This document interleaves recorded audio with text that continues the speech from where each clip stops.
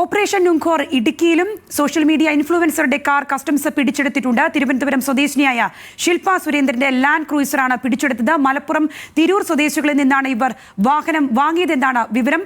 Alvin Thomas ഉണ്ട് കൂടുതൽ വിശദാംശങ്ങളുമായി. ആൽവിൻ, എന്താണ് ഇടുക്കിയിലെ ഈ തെരച്ചിലിലൂടെ കണ്ടെത്താൻ കഴിഞ്ഞിരിക്കുന്ന കൂടുതൽ വിശദാംശങ്ങൾ?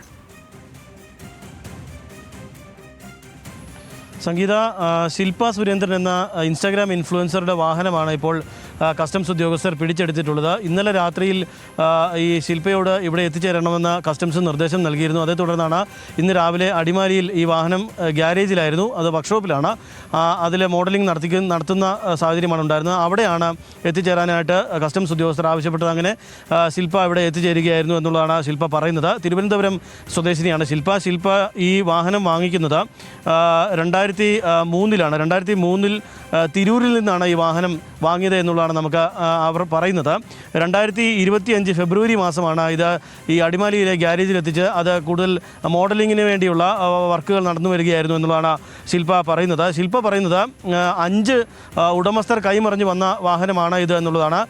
ഇതിനു മുമ്പ് തിരൂരിൽ നിന്നാണ് ഇവർ വാഹനം വാങ്ങിച്ചത്. അത് 15 ലക്ഷം രൂപയ്ക്കാണ് ഈ വാഹനം വാങ്ങിച്ചത്. ലാൻഡ് ക്രൂയിസർ 80 സീരീസിലെ 96 മോഡൽ വാഹനമാണ് ഇത്.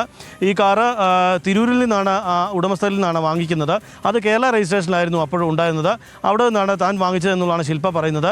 അതിന് മുമ്പ് ഈ തിരൂരിലുണ്ടായിരുന്ന ആളുകൾ വാങ്ങിച്ചത് കർണാടക രജിസ്ട്രേഷനിൽ അല്ലെങ്കിൽ സ്വദേശികളായ ആളുകളിൽ നിന്നാണെന്നും കർണാടക സ്വദേശികൾ അതിന് മുമ്പ് കോയമ്പത്തൂർ സ്വദേശികളിൽ നിന്നാണ് വാങ്ങിച്ചത് എന്നുള്ളതാണ് ശില്പ ഇപ്പോൾ പറയുന്നത്. അങ്ങനെ 5 പേർ ഉടമസ്ഥരായിട്ടുള്ള വാഹനമാണ് ഇത്. ഇപ്പോൾ ഒടുവിൽ തൻ്റെ കയ്യിൽ വന്നതെന്നും താൻ 15 ലക്ഷം രൂപ കൊടുത്താണ് തിരൂരിൽ നിന്നുള്ള സ്വദേശികളിൽ നിന്നും വാങ്ങിച്ചത് എന്നുള്ളതാണ് പറയുന്നത്.